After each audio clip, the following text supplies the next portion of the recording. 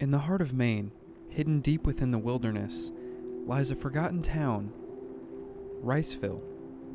Once a bustling tannery village, today it's nothing more than a ghost town, swallowed by nature and time. But Riceville isn't just any abandoned place. Its history is steeped in tragedy, mystery, and eerie legends that still remain unclear. Stories of arson, a mass disappearance, and shady business owners are almost all that remains of this abandoned township. Today, the haunted woods in the surrounding area unnerves even professional ghost hunters. Let's take a look at the history and the horror of Riceville, Maine. Riceville, founded in 1879, was built around a large tannery originally owned by F. Shaw and Brothers Company, who owned several tanneries in Maine at the time.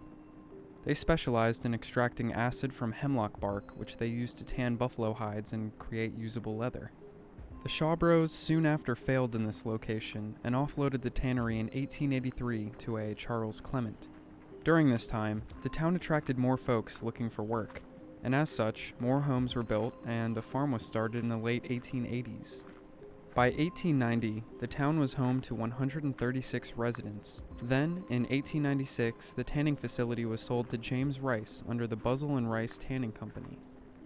James Rice went on to form a new company there, Hancock Leather Company. At its peak, the tannery employed a small but hard-working population, manufacturing leather from buffalo hides, vital for shoemaking. We know from a local newspaper dug up by Bangor ghost hunters Harold Murray, Mike Marino, and their team that during the township's prosperous era, there was actually a decent community there. The confirmed buildings during this time include the tannery, a sawmill, an engine and boiler house, outbuildings, boarding house, lumber yards, a general store, and 2 farms. George Baker, a resident of the town, wrote in his memoir that 17 buildings lined the hills around the tannery. In 1899, a post office was opened. By 1900, there was also a school, which had 21 enrolled students that year. But for all this development, it seems there wasn't much happiness here, because also in 1900, when a census was conducted, it was found that only 75 people remained in Riceville. It seems like something fishy was going on, and it's only going to get stranger. On December 30th, 1905, the tannery caught fire due to a lantern explosion inside the facility. This fire destroyed most of the tanning compound, leaving only the general store and boarding house. But, see, it's weird because just 2 years earlier in 1903, another tanning facility owned by the Hancock Leather Company burned down, resulting in a payout of $100,000. That's worth over $3.5 million in today's money. Suspiciously, the owner of the Hancock Leather Company, James Rice, was quite tight-lipped about both fires that claimed his businesses. Many thought the unfortunate accident was no accident at all. In fact, this wasn't even the first time the Riceville tannery had caught fire. While still owned by Charles Clement, in 1896 the plant began to burn. A local newspaper, the Daily Kennebec, wrote in late January of that same year, "The general supposition is that the fire was the work of an incendiary."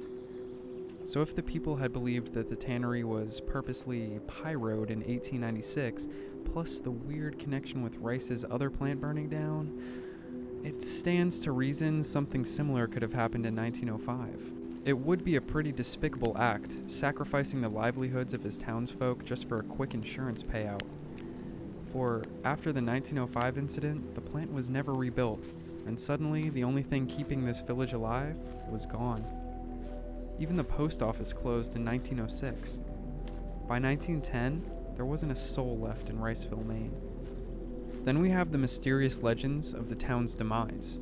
Stories vary as to what could have happened to the townspeople, as nobody really knows for sure. One theory is that the chemicals and acid used in the tanning process were released during the fire, contaminating local water supplies. This lack of clean water could have driven the people out. Another story says that a couple hadn't heard from anyone in the village for a few weeks, so they headed that way to check if everything was alright. Walking in on the main horse trail, they found a corpse, rotting in the sun near the outskirts of town. Continuing to make their way, albeit more concerned now, they discovered another body, and another, and another. Slumped against buildings, face down in the road, the town was littered with the dead.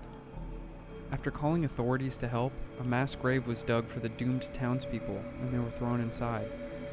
This comes from Patricia Hughes, a New England writer who is assisting the aforementioned Bangor ghost hunters in unraveling the mystery. She and the group agree that this was the fate that befell the Riceville people, stating that an outbreak of cholera unfortunately wiped them all out.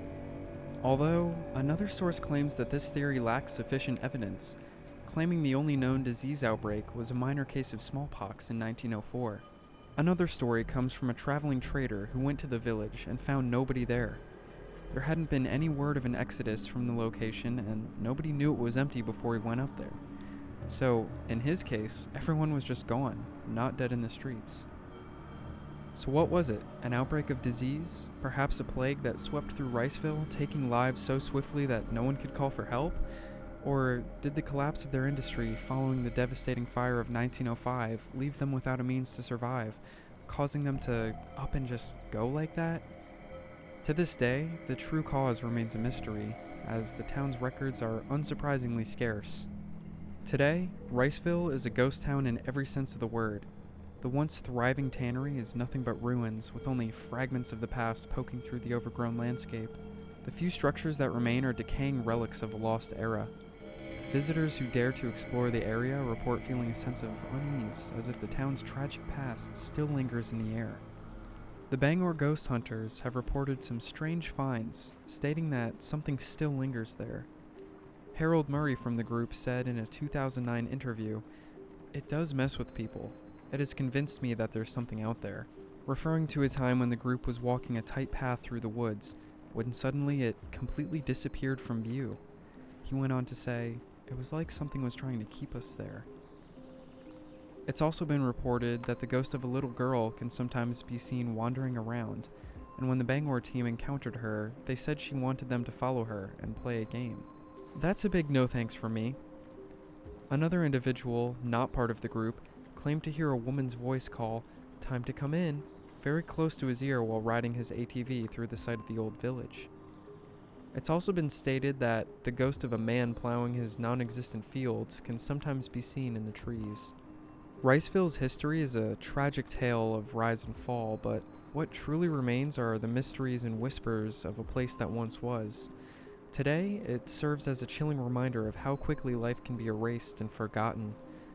Imagine the terror of watching the lifeblood of your town burn to the ground, leaving you hopeless and without direction, in the middle of those dark New England woods. Maine is a terrifying place, and I can't imagine what it was like living in a small settlement back there in the 1800s. I don't like being in the New England woods even in the modern day. Something about them feels different, like an older evil breathes there. I hope you all enjoyed this first episode of History and Horror. Thanks for watching.